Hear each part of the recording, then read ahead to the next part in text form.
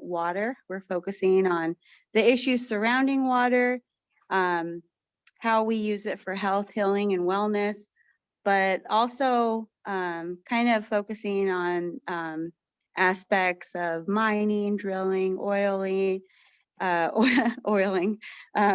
how water is used for other reasons that polluted and inhibit our abilities to continue with our ceremonial ways.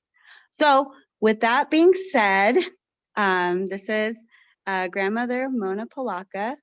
She is one of the 13 Indigenous Grandmothers. She is also one of the committee members for the UN Indigenous Water Forum. That's the United Nations Indigenous Water Forum. She's also an author, a mother, a grandmother, and we are very happy to have you here. Thank you so much for being part of this little talking circle. And I will go ahead and give you a space to speak about how water is life and what that means and how we can kind of progress into the future with more kind of knowledge, Indigenous knowledge about how to approach the situation that we're in. So thank you, Auntie, for being here. Appreciate it. Oh, thank you. Thank you, niece. And I just want to greet everybody. Camille, glad to share some time with you. And also to acknowledge the place where I am speaking to you from. I am here on the in the Tucson area, and I'm on the traditional lands and territories of the Thanata Nation. And I am Havasupai. Havasupai are the people of the blue-green water located at the bottom of the Grand Canyon. That's on my mother's side, and on my father's side, I'm Hopi and Tewa. And this little talk here is about water, and you know, when we think about the water in terms of health, it is you know, there's no separating. There's no separating the issues from each other. They're all interconnected, just like our life is. And that's something that you may be hearing a lot of, that water is life. And, you know, that's not a new concept. It should be well accepted and understood, because we all rely on water in order to live. And the health of the water determines how healthy we are going to be, physically, mentally, spiritually, emotionally, how healthy we are going to be. And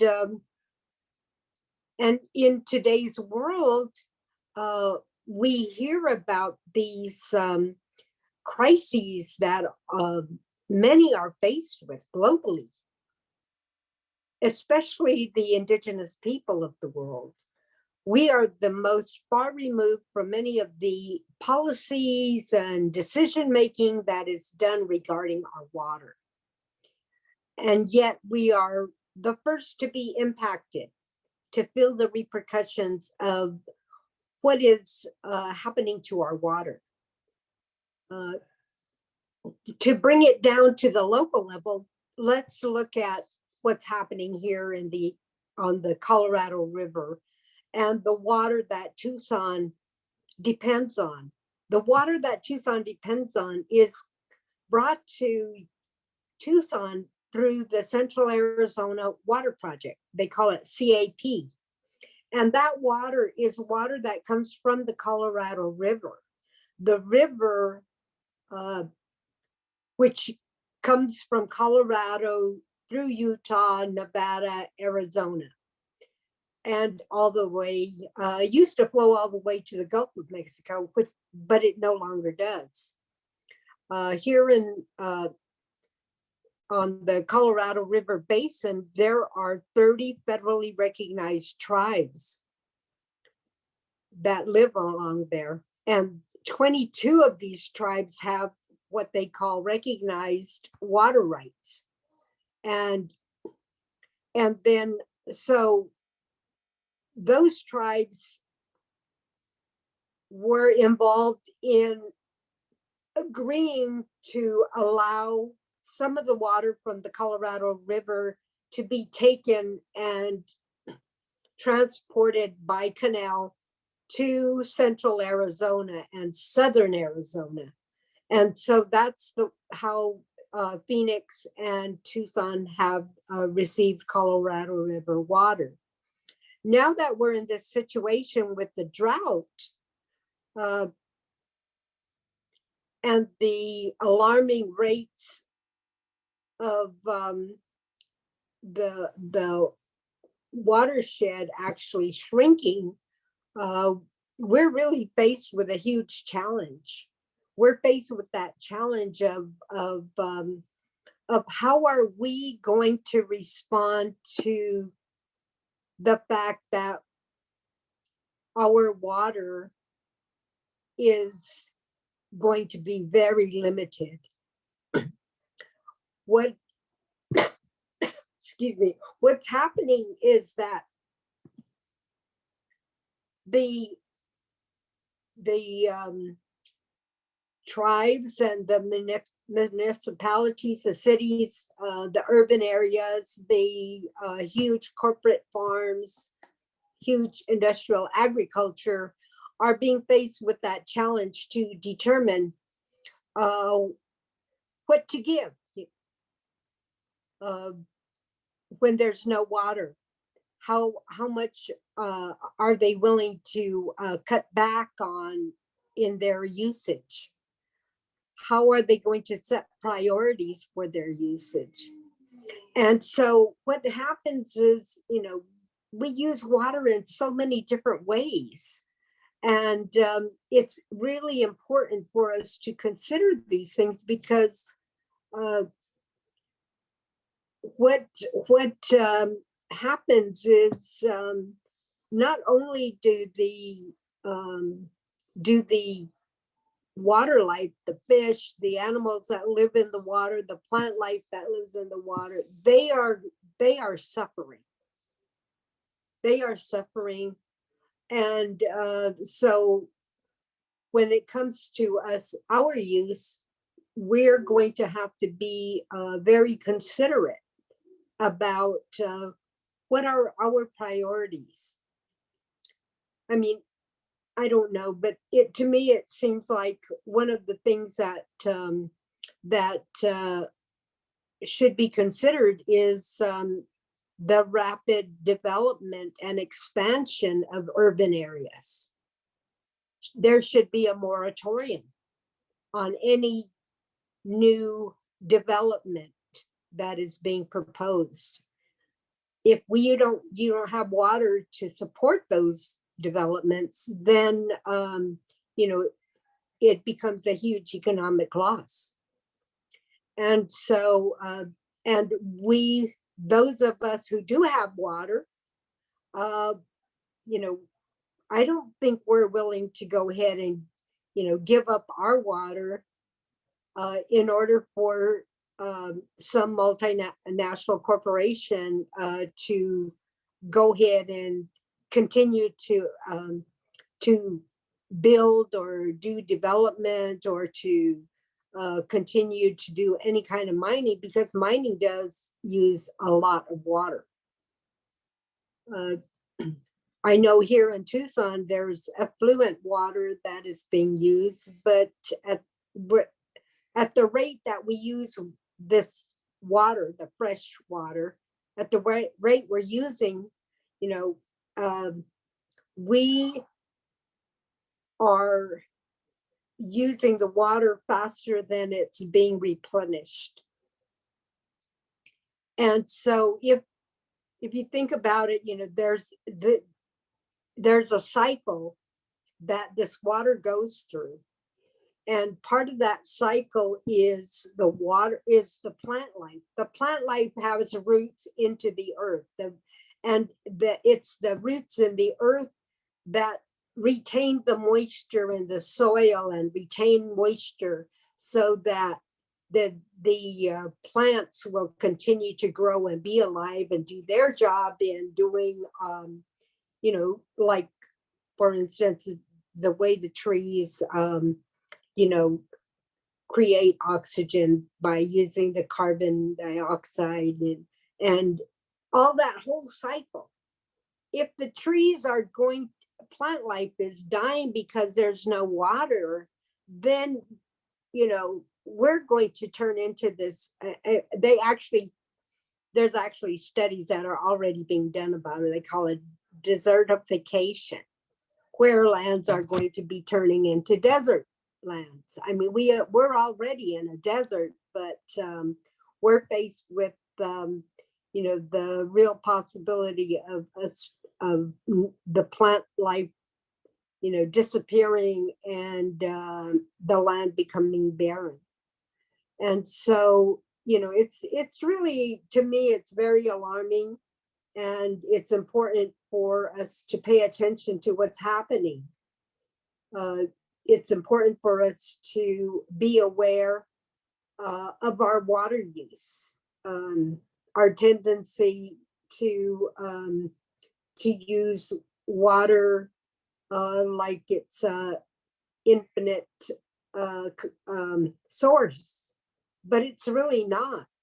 And if you watch the video that was sent to you to look at, if you watched it and you see that picture of the earth, and it has the two little bubbles of water, one being the big bubble, which is like the ocean waters and the waters in their that are, you know, not necessarily consumable, but then the fresh water is a little tiny pinhead. And so that's our fresh water that we have left on the earth. And so it's really important for us to pay attention to that. The other thing that, you know, that happens is we're faced with, you know, health concerns, health conditions that are already on the uprise, especially with COVID, and looking at what happened out on the Navajo reservation, where many of the places on the Navajo reservation do not have fresh drinking water available to them. They still have to go out to a spring and fill their water containers and carry it home. They don't have running water in their homes. The same thing with Hopi, the Hopi tribe. Those people, the people up in that area, they don't have a river, they don't have lakes and streams. It's high desert land. And so, you know, when COVID hit, it was another crisis, a crisis on top of the pandemic that they faced as a result of not having water. And so, you know, being concerned, being aware about what's happening to your water is not something that's, you know, you can take for granted. You have to be aware. You have to be aware of what's happening to the water. Some places in the world, of course, you know, like I know in Brazil, there are some places there who have had a water shortage and have only have water 3 days a week. And that's a city in Brazil, one of the largest cities in Brazil. And they only had water 3 days a week. Now, can we adjust to living that way? It's going to be very difficult, but that day may come. And now this in the state of Arizona, all of the Colorado River water users are having to come up with a plan about how this water is going to be basically rationed out. And they were told, if you don't make your plan and you all can't agree on it, then the federal government will come in and impose those restrictions and the allocations on us.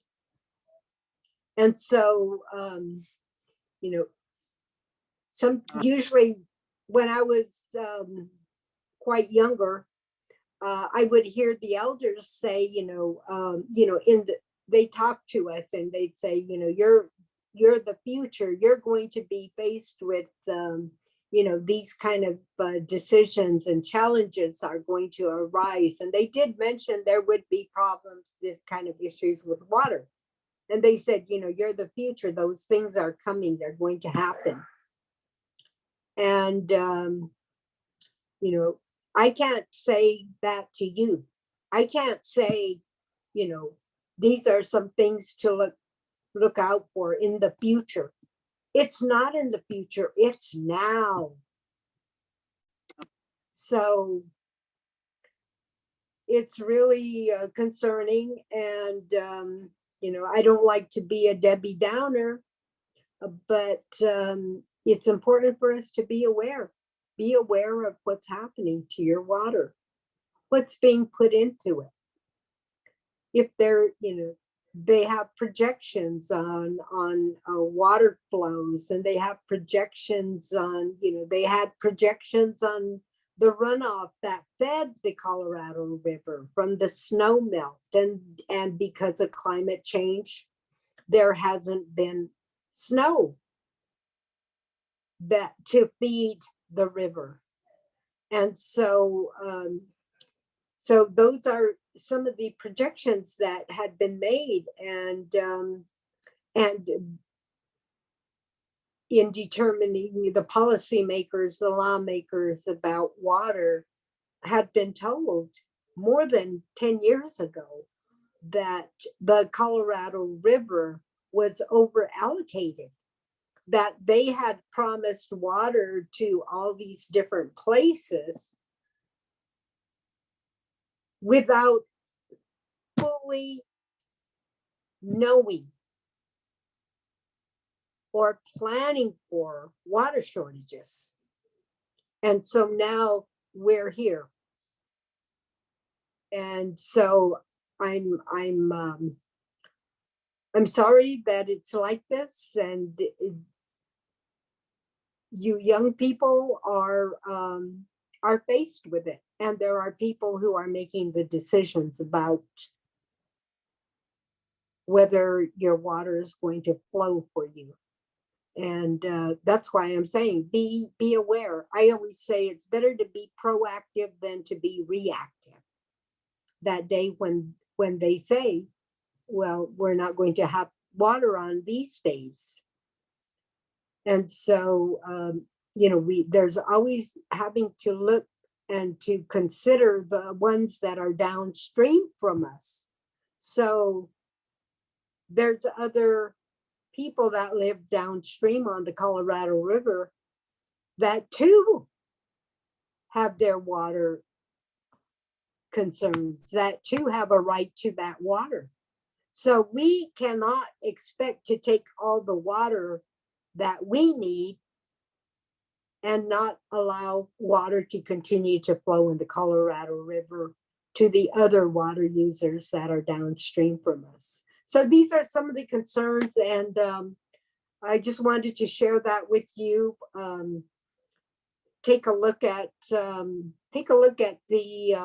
things that are happening, and pay attention to what the plan is. I think they have some sort of I think they call it a contingency plan that all of the Colorado River water users had signed on to, or had started to do work on a couple of years ago. And so now they had said that as long as they followed that contingency plan that they thought that they would be able to, you know, hold the line on being able to deliver water.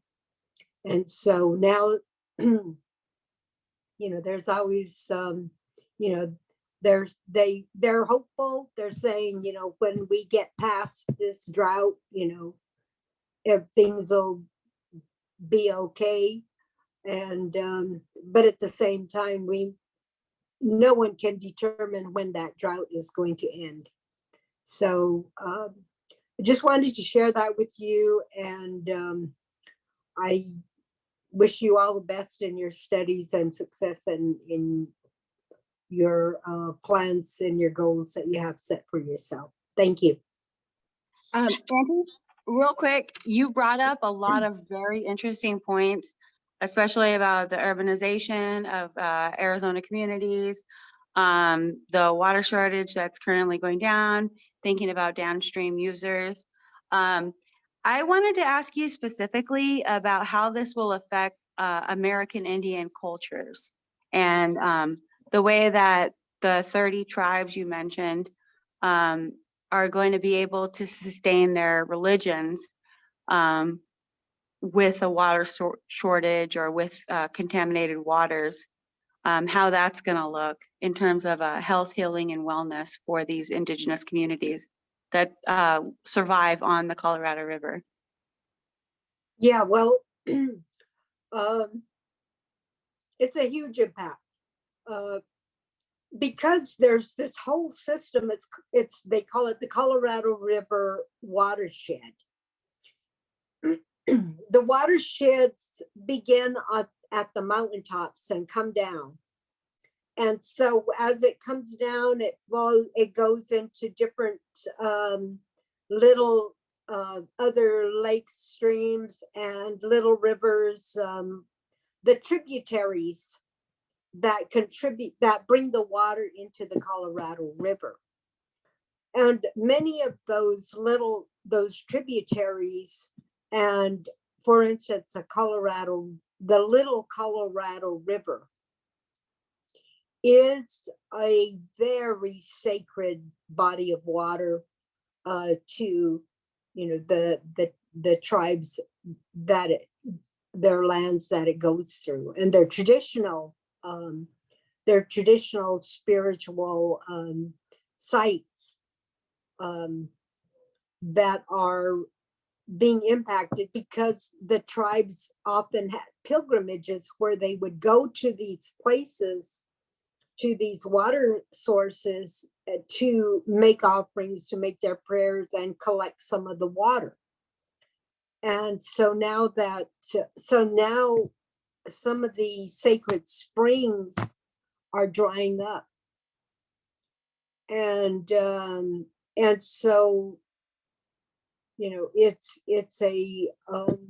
I guess a huge problem for them, because they have to make that, excuse me, they have to make a decision. They have to decide if they're still, this is what I've been told. Even though there's no rain, the farmer still plants his seed, because he has hope, because he prays, because there's prayers, there's ceremonies, there are offerings, there's dances, there's songs, all those things that they do in their spiritual practices and beliefs that are related to, the balance of life on earth, which includes, the planting of their gardens. So they still do it, even though we've been told we're in a drought. They'll still go through that whole cycle of all the prayers and the planting their seeds in the hope and in the faith that their prayers are going to be answered and that there will be a rain that will water their crops. So I guess what I'm saying is that, it's impacting them, but still they're resilient in keeping their spiritual practices and beliefs going, and not giving up. So these are, this is what I've spoken with many different different tribes, and not only the leaders, but also other the farmers and the and other people of these tribes who are saying this. We'll continue to pray, we'll continue to make our offerings, we'll continue to sing our songs, we'll continue to do our dances. We have to keep it going, because we're calling for balance. We have to keep that going, because that's part of keeping the balance and keeping the cycle going. Here in Tucson, on the Thanath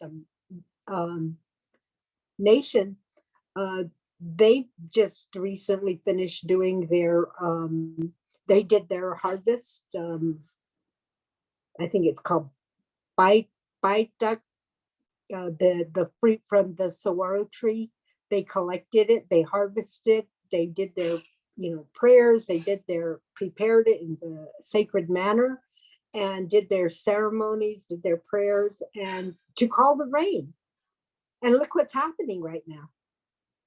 We're getting rain here. I don't know about other places. I haven't been paying attention to other weather reports or anything, but I'm really grateful to see that, this kind of response and the balance or the reciprocity of our relationship with this sacred cycle of the waters is so strong.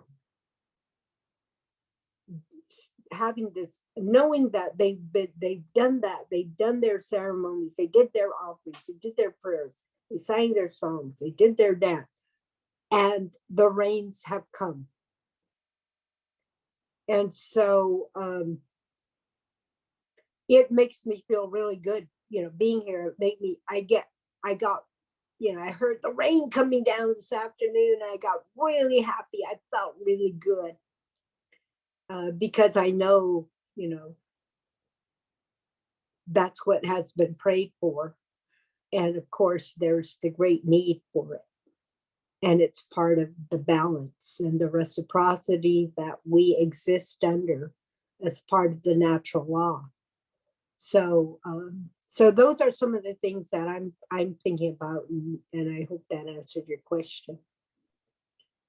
You answered my question and beyond. Like, that's, I especially like how you said that for this last month since the autumn New Year's, they have been praying for rain, and there was a weather advisory issued as I was coming here to school today. And I was like, if you live in the Pima County or Cochise County, know that there is a rainstorm coming tonight and you may be in a flood warning. So I really appreciate that you said that. And I do think that it's very beautiful myself. Another question that I wanted to ask, and then I wanted to open it up to the other two people that are here. I wanted to ask, in terms of when we say water is sacred, water is life, how important is water, and why is it important?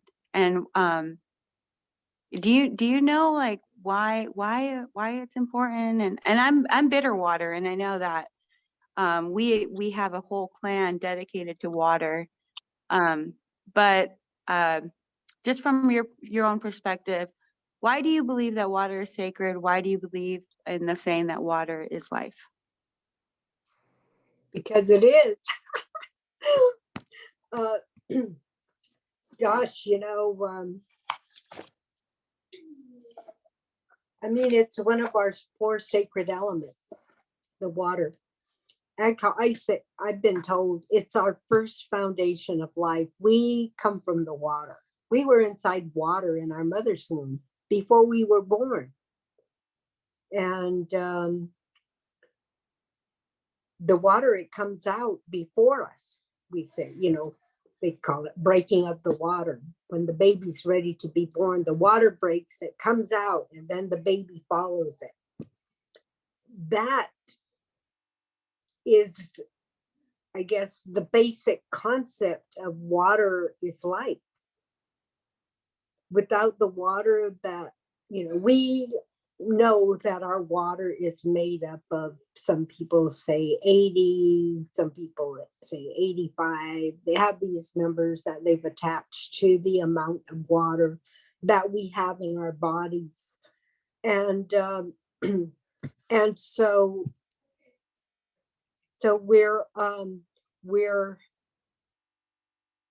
we come from that water, like the seed, like a seed that you plant in the earth, in Mother Earth. You plant that seed and you put water on it, and it has to have water in it. You keep giving it water. It has to have that water in order for it to grow. So, and it grows, and like the baby, it grows and it bursts out of Mother Earth and it presents itself to all of the elements, the water, the air, you know, the sun, you know, and the connection to Mother Earth. And Indigenous people, from the way I was raised, we've been given what's called the original instructions. Those were the instructions that we were given about how we are to survive on Mother Earth. And that survival, the key ingredients to that survival is to honor and respect those 4 basic elements: the water, the air, the sun, Mother Earth, to respect those things. And so when we say water is life, and we're talking about all of life, because life comes from it. But at the same time, it's not separate from the other, it's not separate from the air, it's not separate from the sun, it's not separate from the earth. And so it's necessary for us in order to live. So our basic foundations of life and the instructions we were given to honor and respect them and to stay in balance with them is part of that water is life. And there's this balance, you know, I mean, if you think about it, the cycle of the water, you know, how it's the body of water, and then it evaporates and becomes a molecule, ions, the water ions that float in the air, and then they go up and we think they disappear, we don't see them, but then all of a sudden they appear again and they're a cloud. And there, we know there's water in those clouds. And then pretty soon, when the time is right for that cloud, just it releases that water. It releases the rain and the water, and it comes back down again. It comes back on the earth. It comes through the air, you know, and touches the earth and goes back into the earth, and it replenishes the rivers, lakes, streams, and the aquifers, replenishes them, and then it comes back up again, and it turns into the air, it gets into the air, and it goes through that cycle. And so, you know, that's part of that balance we have to maintain. We have to maintain that balance, and what we do, if we're, you know, what we do with it, if we keep taking water off the body, you know, the body, like the river, we keep taking that water off of it, and it's not able to recharge or replenish itself, then eventually it'll dry up. Just like us. You know, we don't drink water, you know, we get dehydrated and we become, you know, we become ill. We could die. So it's the same thing with our mother, the earth. It's the same thing with all of life on the earth, without the water. And so we're the elders and all of the ones that are speaking up and saying water is life. We must protect the water. We must respect the water. We must, you know, take care of it. All of that is related to those instructions that we were given. And you know what? To me, I think sometimes, why is it so difficult for people to understand that? Why? It's simple. Why is it so difficult for people to, when Indigenous people come forward and they say water is sacred, this water, this river is holy, this spring is holy. When we say it, it's rejected. Yet, all over the world, there are bodies of water that are called holy. The holy river Jordan, the holy river Nile, the holy river Ganges. All of these holy waters that are readily accepted by the world's religions, by nation states. But when we say it's like they look at us and say, what are you talking about? You know, so, you know, it just kind of baffles me that, you know, people can't seem to grasp that concept that we're speaking about. Maybe we're just using different terminology. I'd like to know what their words are, but that's our terminology. The best way we know how to express it is to say it's sacred, it's life. That's the best way we can say it. So some people are saying we have to get away from that saying water is life, because it's sort of not being understood. But there hasn't been a substitute that has come forward yet, and I don't believe there is. It's simple. It's life. It's your life. It's my life. It's our children's life. It's our future generations' life, even the ones that we will not see. So it's very, very important. Those are just how I think and understand things. Thank you.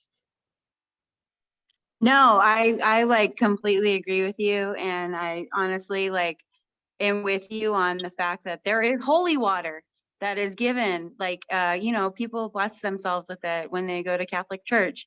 You go and you bless yourself with holy water. And I remember my grandma used to like take a little water bottle when she visited San Javier, and she'd be like, this is San Javier holy water. And it came from the church. And so she'd be like, it's blessed by the fathers. And they understood like holy water coming from a facility, but like you said, like when we say that it comes from the earth, like there's a disconnection there. So with that being said, I did not see any questions in the chat, but I did want to ask one more question before we leave. I know you've been here for an hour long, and I really thank you for your time.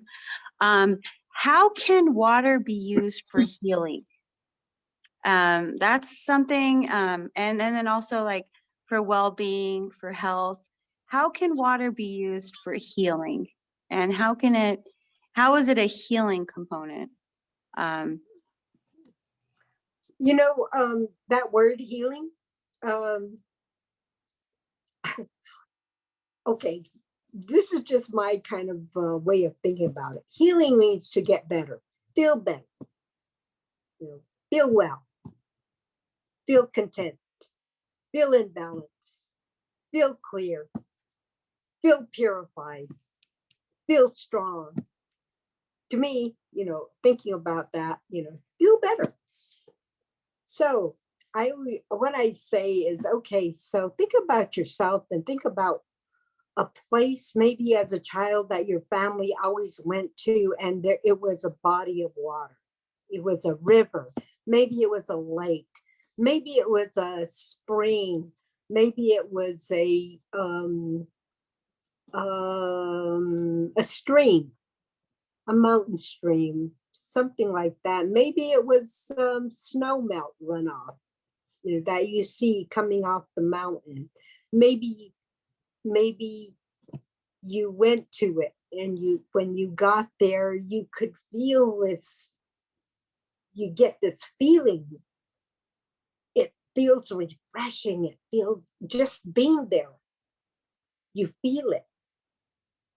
And maybe you go to the water, and maybe you put your hands in it and you touch it, and it feels so good and clean. And maybe you splash some on your body, on your face, on your head, you know, and maybe you get into it. Maybe you take a container and you take some of it. Maybe you take a drink of it. And when you do that, it makes you feel good. Maybe that was what you did when you were a child. Maybe you do it all the time. Maybe even now, today, there's a place you go. Sometimes you might feel like, God, I need to go to the sea. I need to go to that water. I need to go there, and I just need to be there. And so you feel that energy, that life energy that comes from that water. And that feeling that you get when you get there, it's because of the water ions that are in the air. And there's ceremonies that, you know, like the Lakota people, they have their Sundance. And they have their Sundance after the first summer storm. They have certain ceremonies, maybe like the Vision Quest, when they take their the people up on the mountain and sit them up there, and that after that summer storm, because at that time, after that storm, the ions are there, the ions that are going to be energizing, they're energized. And so when you're in it, you're breathing, because it's in the air, the water molecules are in the air, and you're breathing it, you're feeling it, and it has an effect on you. It has a physical effect, it has a spiritual effect, it has a mental effect, and emotional effect on you. A lot of times we're not conscious of it. We know we feel good, but we're not conscious of that whole experience from that water in the air. And so, it's the same thing with the sweat lodge. There's water in there, and you're pouring water. And so there's the water goes from being this water fluid, pour it on the stones, it becomes steam and part of the air, and you're breathing it. It's touching your skin, going into your skin, and your body is responding to it. There's an exchange, the purification that occurs with that in that lodge, physical, mental, spiritual, emotional. And so you come out, you go to that water, the body of water, and you feel it, and you experience it. You feel alive, you feel lively, you feel good. Maybe you see a fish jump up, maybe you see a water animal, you know. a beaver or a otter or some bird, water bird. You might see those things, maybe a frog, a turtle. You see these life, this life that's in the water. And so it's uplifting. It's uplifting you and rejuvenates you, refreshes you. It makes you feel good. To me, that's healing. You could drink it. When you drink that water, I've been told the water is the first medicine. What is the, I mean, did this with my kids, my grandkids. They say they don't feel good. I ask them, I tell them, drink some water, have some water. And so,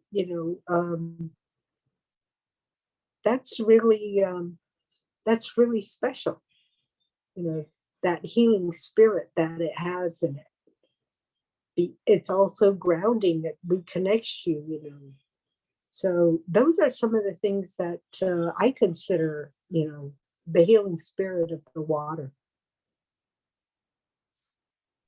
I think that that's like you gave the most beautiful examples, especially when people, they go to streams, they're like, I have to live by the ocean, or, I want to live by this certain lake, or, this place is like healing to me. And they're not considering the fact that it's the water that's healing to them.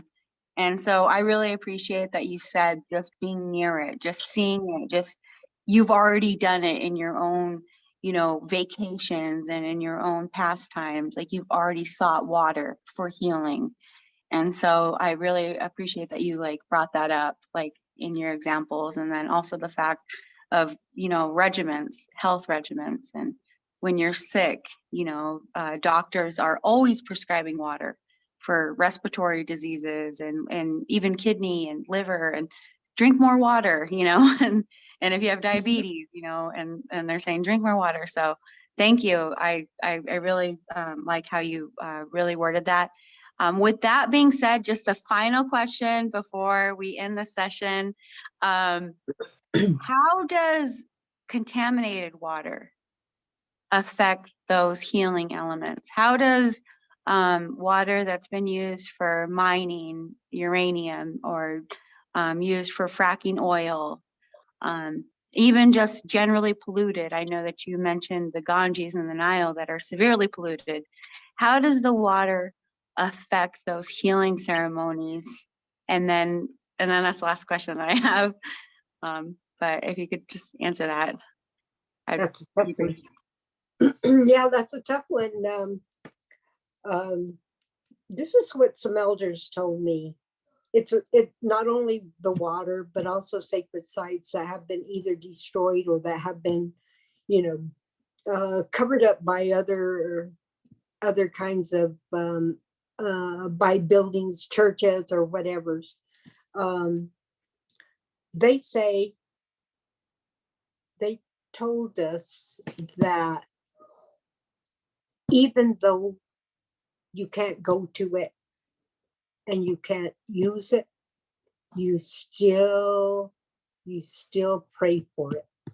You still pray to it.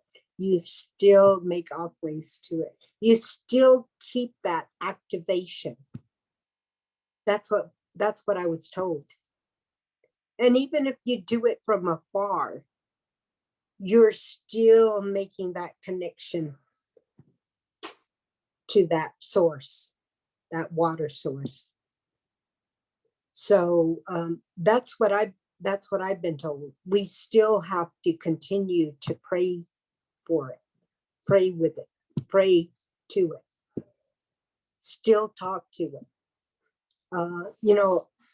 Some people, they want scientific evidence, but even the evidence that I offer has been, sort of disclaimed as science. But the Dr. Emoto, who did a study on water, he has a book called Messages from Water.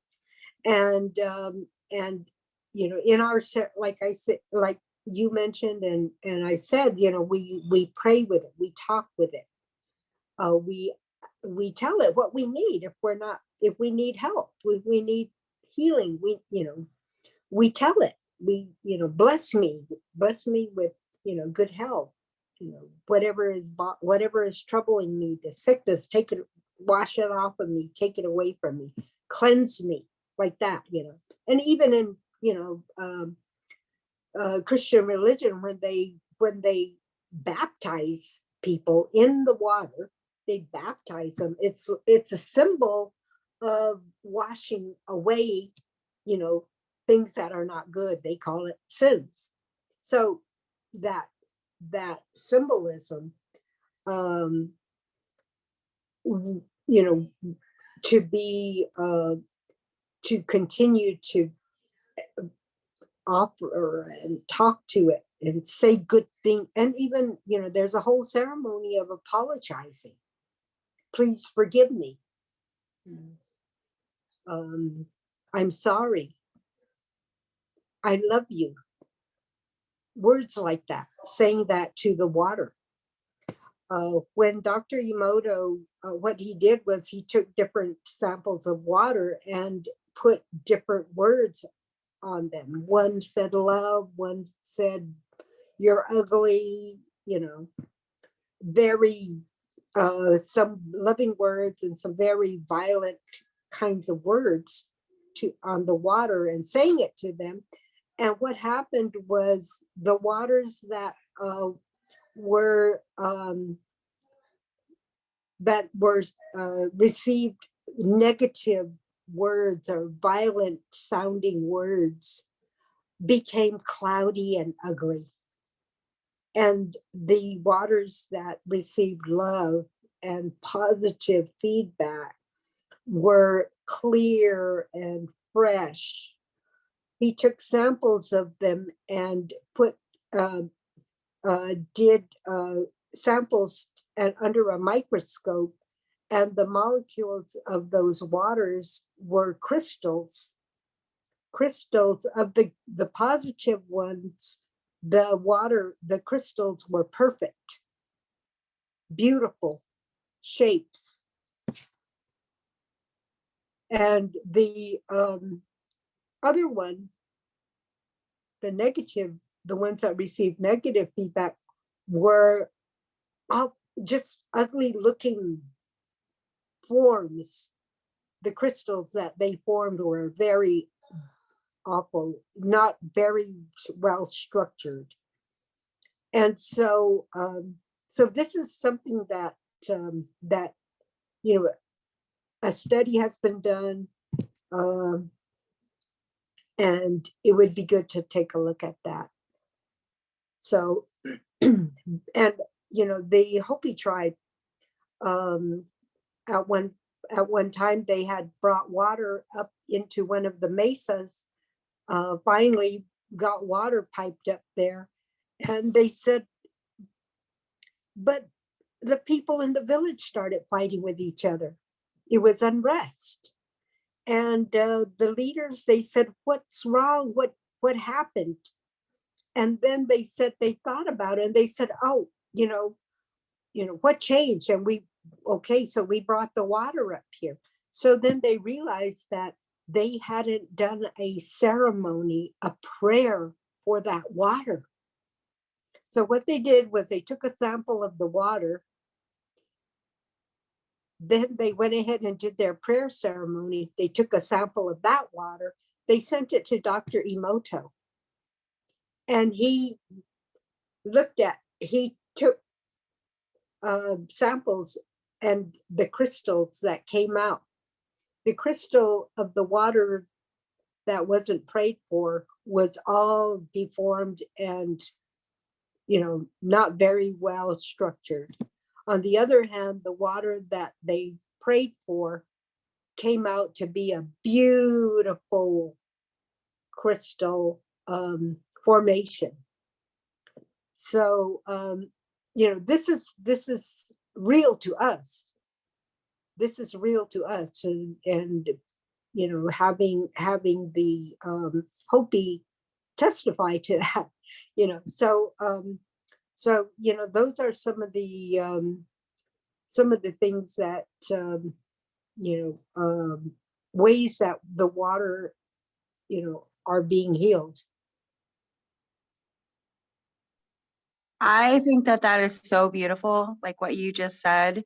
You know, I was coming from a negative perspective, like, well, what do you say about polluted waters? And then I just love how you like came back with like, no, you still pray to water all the time. Like you still wish good things on it, and you know, it still can reform itself. So I really think that that's really a beautiful answer that you just gave. And it definitely changed my perspective right now. Like, as I was sitting here thinking about it, I was thinking like, wow, it really can. Like if you know, we do have a relationship with water. We can affect it like the way that it affects us. So, if there's any final message that you would like to give our class, it's the topic is traditional Indian medicines, health, healing, and wellness. Just any kind of final thoughts that you could give for our class, that would be most helpful. And then we can end this. Yeah, thanks for giving me another moment to say something, because you know what, I'm thinking about that time we went down to the Santa Cruz River on the United Nations World Water Day. We went there. You brought a water staff. Your uncle came. We went there and into the bed of the river, and we took some water down there in a bowl, and we were doing our prayers and sharing, and the bowl that we had the water in cracked, and the water from that was in the bowl spilled onto the ground into the bed of the river. When we prayed and we talked, we prayed that someday this river will flow. There'll be water in this river again. That was what we said. To me, that's a declaration. And when we make a declaration, we say something like that in that kind of setting, as in a spiritual manner, we're not just saying it to each other. We're making this declaration to everything, the water, the air, the fire, the earth, all the way to the universe. Those natural laws. We made that declaration. And what happened? Not long after that, there was water flowing in that river. And down on the San Javier, in the San Javier community, that right there, that river, the water started coming up from under the ground, and it started to flow, and plants started to grow, and even little fish came back in there. That, to me, should be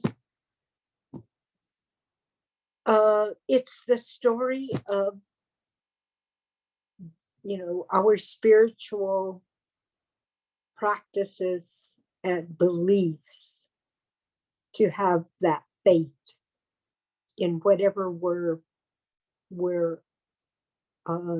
taking care of according to the original instructions.